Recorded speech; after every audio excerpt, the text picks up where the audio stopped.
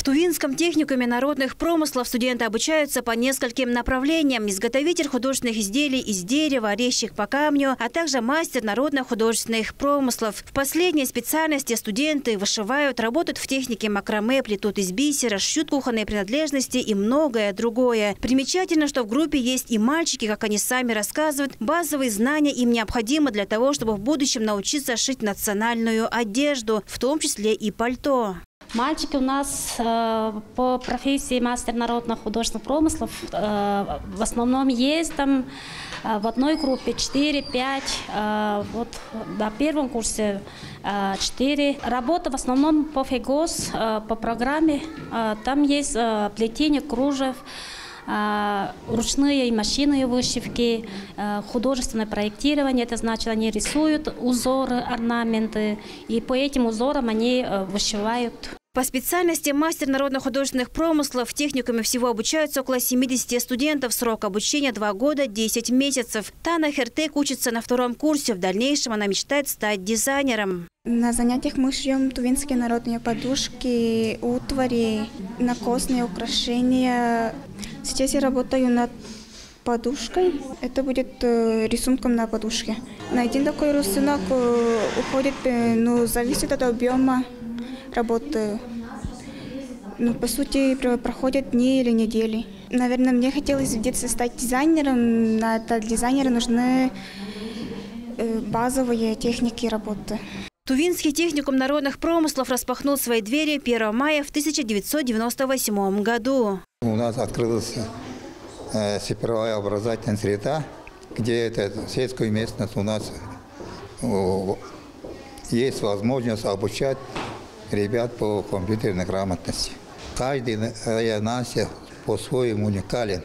Поэтому этот народные промыслы показывают наш по всему миру.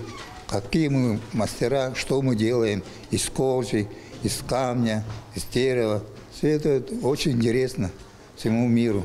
В 8 группах Тувинского техникума народных промыслов учатся 185 студентов, а Чатек Усканол – второкурсник. Для того, чтобы освоить профессию резчика по дереву, приехал из Мегудагинского района. В копилке его работ уже несколько предметов.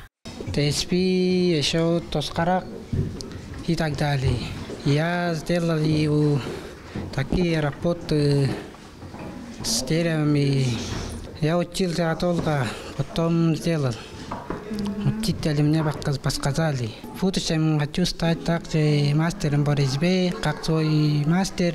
В Тувинском техникуме народных промыслов с рабочим визитом накануне побывала сенатор России Дина Оюн. В учебном заведении с участием ответственных ведомств и министерств прошло совещание на тему «Народно-художественные промыслы как драйвер развития муниципалитетов». Мы сегодня пытаемся вот таким, знаете, межведомственным общением.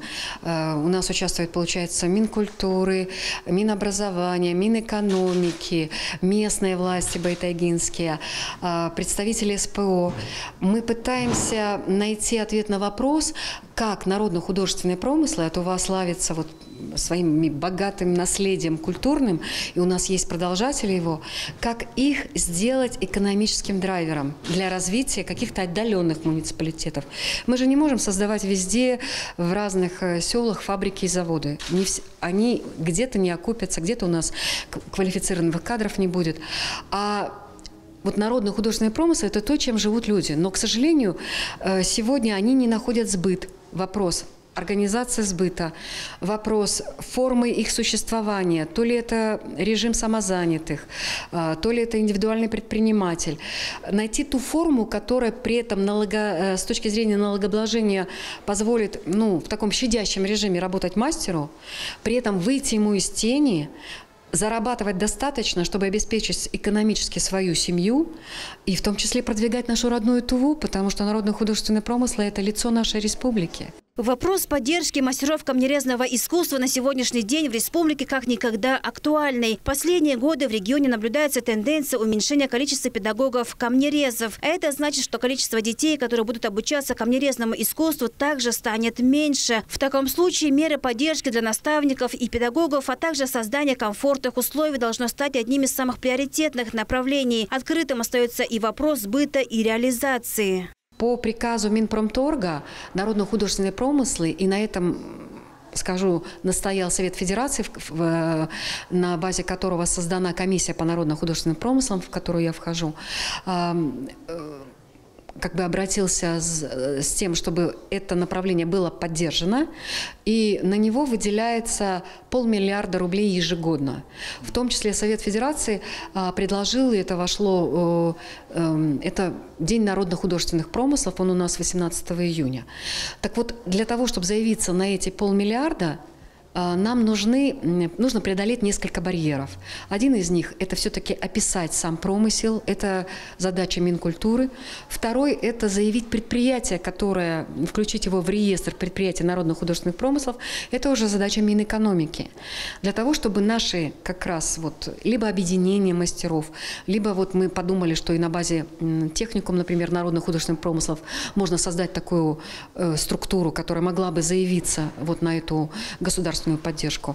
Стареет все-таки когорта наших мастеров, а молодежь, она либо переезжает, во-первых, из Байтайги по окончании того же техникума народно-художественных промыслов, либо все-таки не видит себя именно в этом направлении, которому она училась.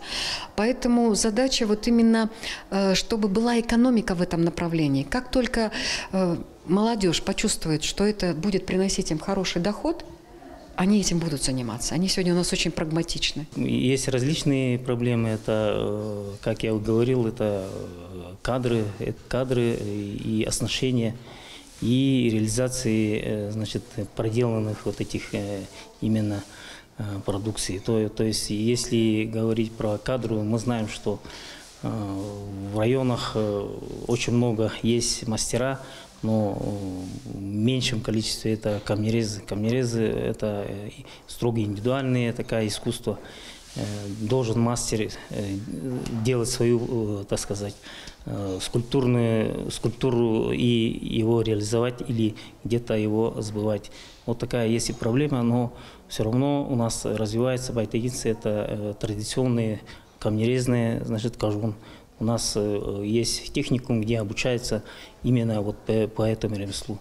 Отметим, что в Туве уже на протяжении нескольких лет среди школьников проводится творческий конкурс резьбы по камню. Цель – поощрение усердных и талантливых детей и их наставников, а также укрепление и поддержание общественного интереса к традиционным направлениям народно-художественных промыслов. В настоящее время у нас первый этап муниципального этапа конкурса проведены.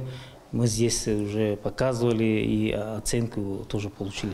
Камнерезное искусство – богатое наследие тувинской этнической культуры. Всем известно, что Байтайга – родина тувинских мастеров-камнерезов. Народно-художественные промыслы должны стать драйвером развития муниципалитетов. Направление должно приносить экономическую отдачу, сошлись во мнении участники совещания. Один из начальных шагов решения столь важной для экономики республики задачи стало межведомственное взаимодействие. Айра Сабия Могуш, Айдана Сенденма, телеканал Тува-24, Байтайгинский район.